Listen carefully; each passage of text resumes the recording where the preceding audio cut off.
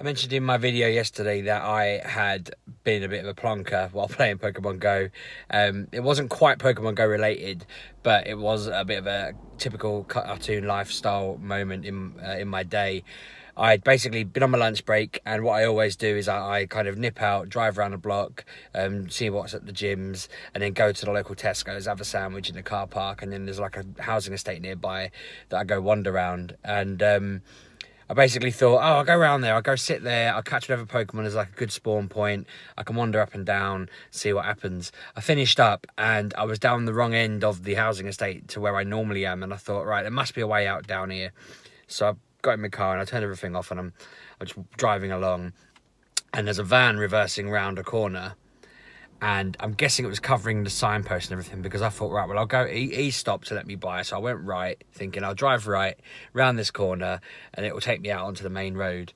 What I didn't know was that wasn't a road out, that was a road onto someone's driveway, a very long driveway that could only fit one vehicle down it, and the van that was reversing round the corner was reversing down that driveway. So I drove down the driveway and he reversed down it behind me, and then I realised it was somebody's house, and I just stopped the car.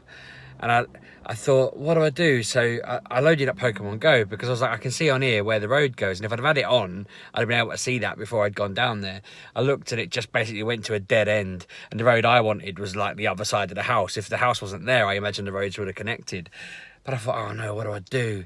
So I just sort of put my reverse lights on, and I could see the bloke in the van thinking, why the bleed neck did you come down here if you're suddenly wanting to go back? And I'm thinking, I'm not driving to the house, because if you're the house owner, you're going to ask what the hell I'm doing, and I can't just shrug it off and drive off into the distance. If you're not the house owner, you're going to try and, if you're there to deliver something or clean the windows or whatever, you're going to start talking to me like I'm the homeowner.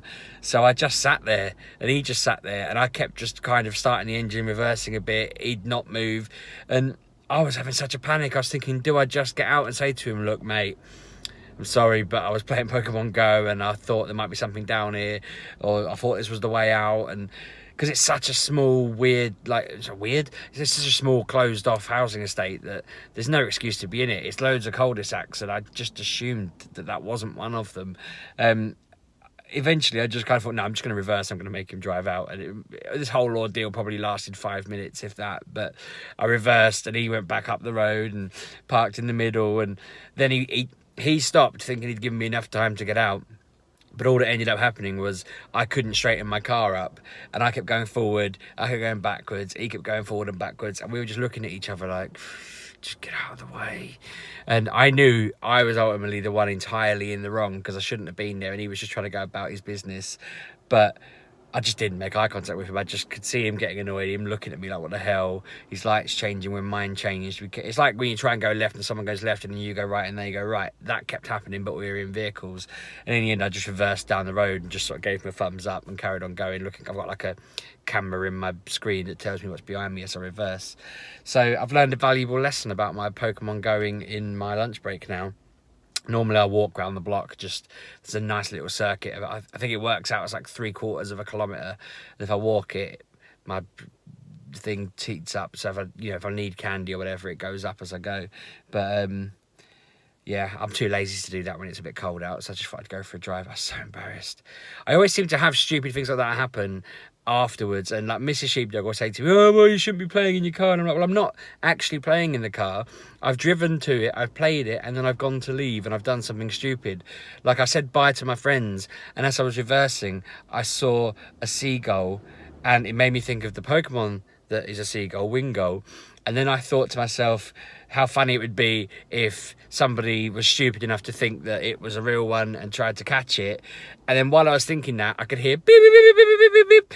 And then my friends watch as I just reversed into a wall, and they text me going, what did you just do? And I was like, all I text back was I was laughing at a joke I cracked in my head, and didn't realise the beeping sound was my car reversing into something. I jumped out and had a look, and there wasn't any marks, and the wall wasn't damaged, and it was all good. No harm done, no foul done. I was okay. But I drove away thinking, again, that's related, but it's not quite an issue. I'm just terrible. I shouldn't I shouldn't be allowed to drive, and not because of Pokemon Go, just because I'm an imbecile. And as I say, none of these stories are me playing the game while driving the car, because that's illegal and I wouldn't do it. I've got other bits that are not Pokemon Go related with my car. I don't know if I ever told about my actual driving test. I kind of, for the first month, driving's annoying. Everyone knows that. Driving's a difficult one. But on my driving test, the mistakes I made the first time where I failed it were basically driving along, and I come up onto a main road, and I just thought, there's no cars about, I can join the road. And instead of filtering on, I just went straight across, and he was like, you failed. There's just a fail on the spot. So I felt really annoyed with myself. And when I did my next test, I was pretty much spot on. I was like, right, I've got it all sorted. I can drive really well. I was so confident. And then I went and got a new car, and I made the mistake of buying a second-hand car from a very dodgy dealer, and basically made the mistake of buying a car where the brakes weren't quite right, and it all felt fine, but I drove around and I just assumed any mistakes from me being a new driver, it's just a foible or whatever. I didn't quite do that right. I didn't turn right. I didn't brake right. Those lights came on because I was maybe a bit too slapdash. And then I went on a long drive to Warwickshire, which is probably about 2 hours away from where we live. And I kind of went the whole journey all fine, thinking this is all great. And I think it's just me and car parks, because then I got there and I basically drove into the car park, turned the steering wheel, and it didn't quite steer the way I'd expected it to, because the steering was off on the car. I ended up clipping about 3 of the bits around this multi-storey car park, and I'm all kind of wound up and thinking, oh my God, I've clipped this car like 3 times in the same place. This is ridiculous. So then I got up to the very bit I wanted to get up to, tried to drive into a car park space. The car's not really doing it. I'm going back and forth, and I'm thinking, again, this is just me being a rubbish driver. I'm a new driver. I can't believe I've made a mark on my car. I'm flustered. Put my foot firmly on the brake as far as it would go as I was going into this car parking space, and it just rolled straight into a wall and went ba-dump. And I was just like, so I'm looking out, and there's all these little, oddly, there were black marks. It was like the car had bruised and it got a little bumpy bit on it instead of it actually splitting. And I was just like, this is ridiculous. So I went about my day and everything. I got back in the car and drove home. And again, I was just driving along fine. The whole journey's great. I hadn't made any mistakes. All good, all fine. Get to my house, put my foot on the brake, put the handbrake on. Car just rolls straight into my bloody house. So at this point, I'm like, this isn't right. This is the car. This isn't me. I can brake a car. I've broken plenty of cars with the brake, not physically. And so I rang the fellow and said, there's something wrong with this car, the brakes ain't working. And he asked me to bring it in, and again, sure enough, I drove it to him and basically pulled it up in his place, and it just carried on rolling. And I was just like, Jesus Christ. So I put the handbrake on, but I parked it in a place where I thought, if it rolls, it's not going to do any damage here. And I just went in and spoke to him, and he was very much like, nah, it's fine when I sold it to you. I just looked at him and said, I'm not taking that car back. And we agreed that I had to pay a stupid stocking fee thing that I feel like he just mugged me off a little bit, but I paid him it anyway. And I went out and bought a new car, bought this car. And I've not had any problems except for my own stupidity now. I made sure I got a car with the reverse things, the brake things, the beeps and all of these things to make sure that I wouldn't do these dumb things that I've been doing. But it hasn't helped at all. It hasn't helped me because I go the stupid ways. I don't use the map that it's got in it. I don't use the beepy thing in it because I'm too busy cracking jokes. I am a plonker. I think if it wasn't unfair on Mrs. Sheepdog, it'd be much safer all round if we all just drove with her, because I'm just a calamity. That said, we did do the Moltres day-to-day in our car. We did it as a car convoy, a raid train in our cars. It was a bit different, actually.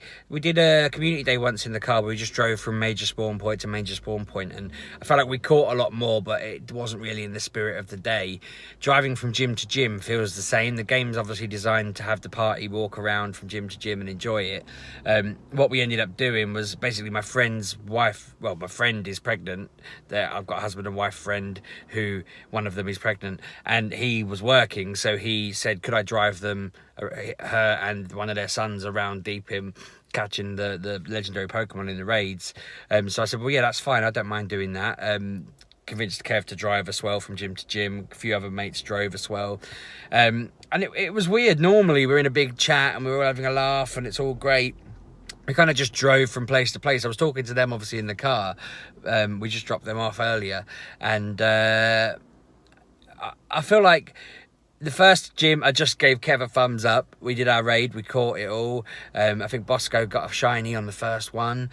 We drove round, everyone went to the second gym, but we were skipping it because there's no parking. Everyone who was on foot went there, so we had to wait around for ages, which was a massive mistake on my part because I put a lucky egg on and balls that up. We went to our next one. I think I got a shiny there. Kev actually stood at the window for that one. We chatted for a second. By the time he said, all right, sorted, walked back to his car, we'd finished the raid and he'd caught it, and we just drove to the next one.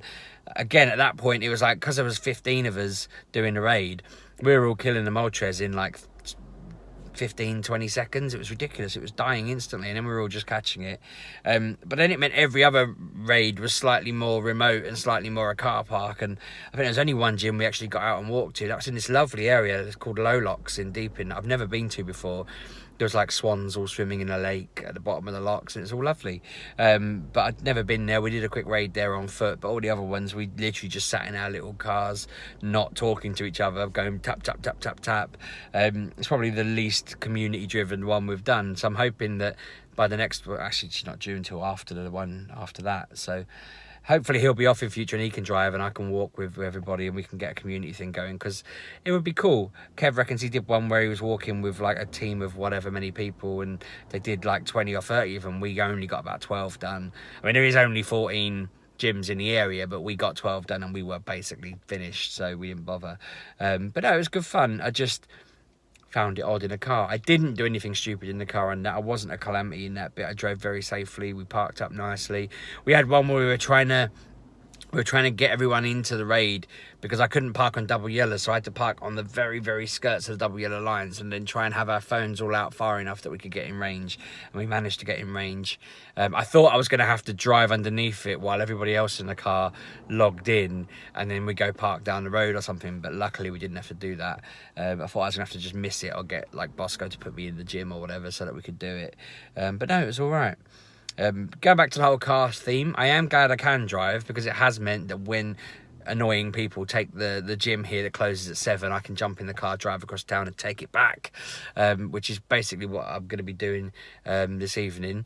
I'll keep going out every now and again, driving from gym to gym, just taking one if I can or if I need to, and that's quite good. And if we've got a lovely little system going at the moment where everyone lives at different points around town. So if someone says there's a level 1, there's a 100% IV match up in this random part of town, we all just jump in our cars and drive across. That's happened so many times. That's pretty much where most of my best Pokemon have come from, is somebody alerting us and all of us rushing across in our cars to go to that spot and find it while they wait there so they can tell us where it is or whatever.